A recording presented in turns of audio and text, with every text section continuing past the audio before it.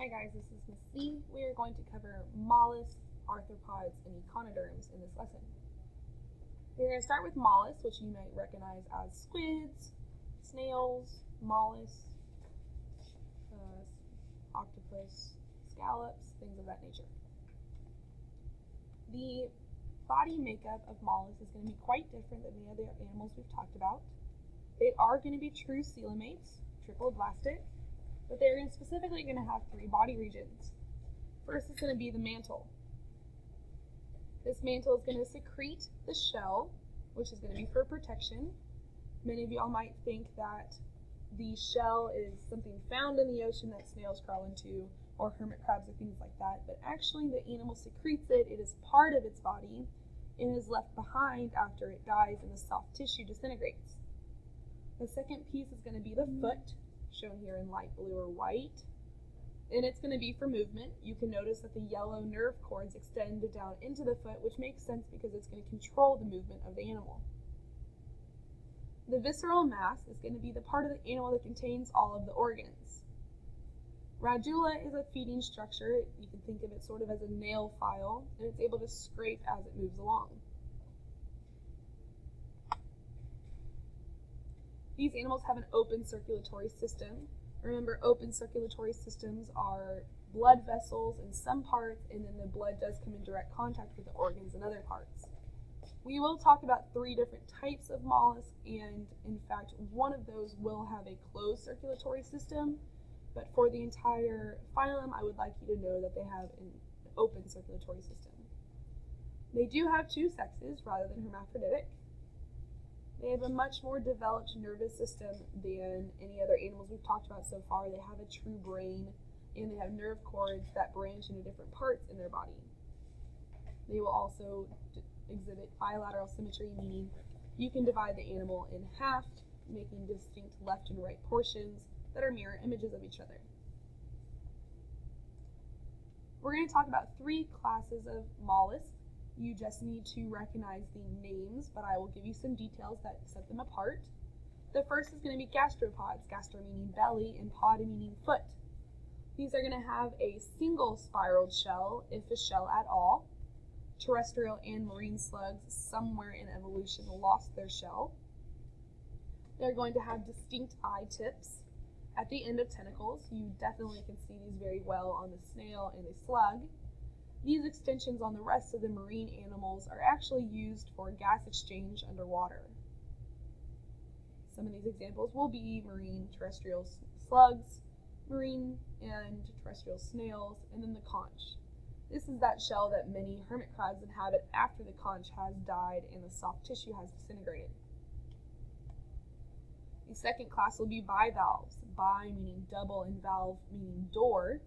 These are going to be two shells with a hinge, and most are going to be suspension feeders because they do not move. Suspension feeders have little hair-like extensions that catch and keep particles of food as water moves through them. These are the animals that can create pearls. What happens is they secrete a material to cover a small grain of sand or a piece of shell that has gotten between their shell and their mantle.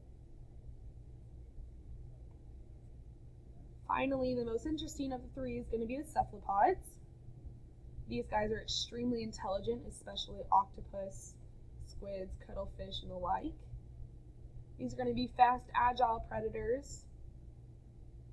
The only shelled cephalopod left is the chambered nautilus. They use what's called a siphon, which is a jet propeller organ that pushes water out to move it about. These guys actually travel backwards. There are animals that have an internal shell, which would be squids, and then the octopus doesn't have a shell at all. This is a blue-ringed octopus, which is extremely venomous. It can fit in the palm of your hand. They're very small. This ghost octopus was recently discovered, and the giant octopus, which can grow the females up to 30 feet long, is actually not the largest, but the second largest cephalopod. The largest cephalopod is actually a colossal squid that lives very deep in the ocean down in the Antarctic. These are the ones that are going to have a closed circulatory system, but remember, what will go on your chart in your Animalia Kingdom packet is going to be that they have an open circulatory system. The next phylum we're going to talk about is Phylum Arthropoda. This is the most successful phylum, ranging in numbers and species. Like annelids, they're going to have segmented bodies, but what separates them apart is that they are going to have jointed appendages. They are also going to have bilateral symmetry. They are going to have a unique feature called an exoskeleton. This is made of chitin. And in this picture of a damselfly, you can see that it's actually molted. Its exoskeleton is now a larger damselfly, and its wings, which are also a little bit wet when it comes out of its first exoskeleton, have to dry in order to be able to fly. Most arthropods do have some sort of set of antennae. And they have an open circulatory system. Remember that there's a pumping organism that pumps blood through short arteries and then into spaces which actually come in direct contact with the organs.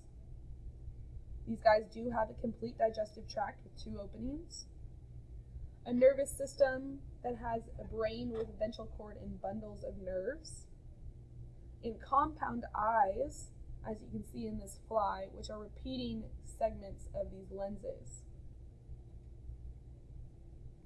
We're going to talk about the 4 groups of arthropods. This is just for your interest and your curiosity. But we'll fill in your arthropod chart in your Animalian Kingdom packet. The first is going to be Chelicerates. These guys are going to be what you recognize as spiders, scorpions, ticks, and the only marine species living is called a horseshoe crab. Collectively, the terrestrial Chelicerates are called arachnids. These guys have pinching or piercing-like fangs, and that's where they get their name from. They're the only group of arthropods without antennae. They normally have 4 pair of walking legs. And their body structure is actually called a cephalothorax. You might recognize cephala from cephalization, meaning head, and the thorax, which you know about your body. These 2 regions are fused, and then their 3rd region is called an abdomen. The second group we'll talk about are Millipedes and Centipedes. These are difficult to tell apart, but with a few facts it becomes much easier. Millipedes are going to have 2 pairs of walking legs per body segment, as shown here in the right. These are actually going to feed on decaying plant matter versus the centipedes, which are terrestrial carnivores.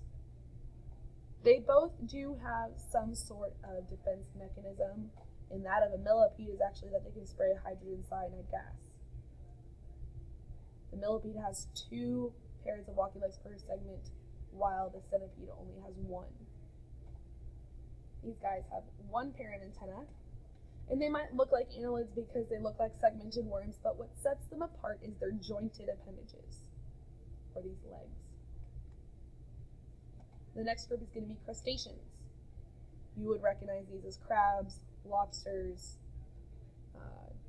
crawfish, shrimp, and many of y'all may have heard of doodlebugs when you're younger, or roly-polies, and that is one of the very few terrestrial examples of crustaceans. You may notice that as we move through these phyla, that most of the animals we talk about are marine, and that's because animal life is believed to have started in the ocean. Once classified with Phylum Mollusca, as you can see, they look like clams. These are barnacles, and their sessile crustacean shell is secreted by their mantle. My favorite of all the groups is the insects. These contain 70% of all animal species, and believe it or not, we've only discovered what believes to be half of the animal species that live here on Earth. What makes them so successful is 2 different things, and that's their short life cycle, mosquitoes only being about 10 days long, and their enormous offspring count.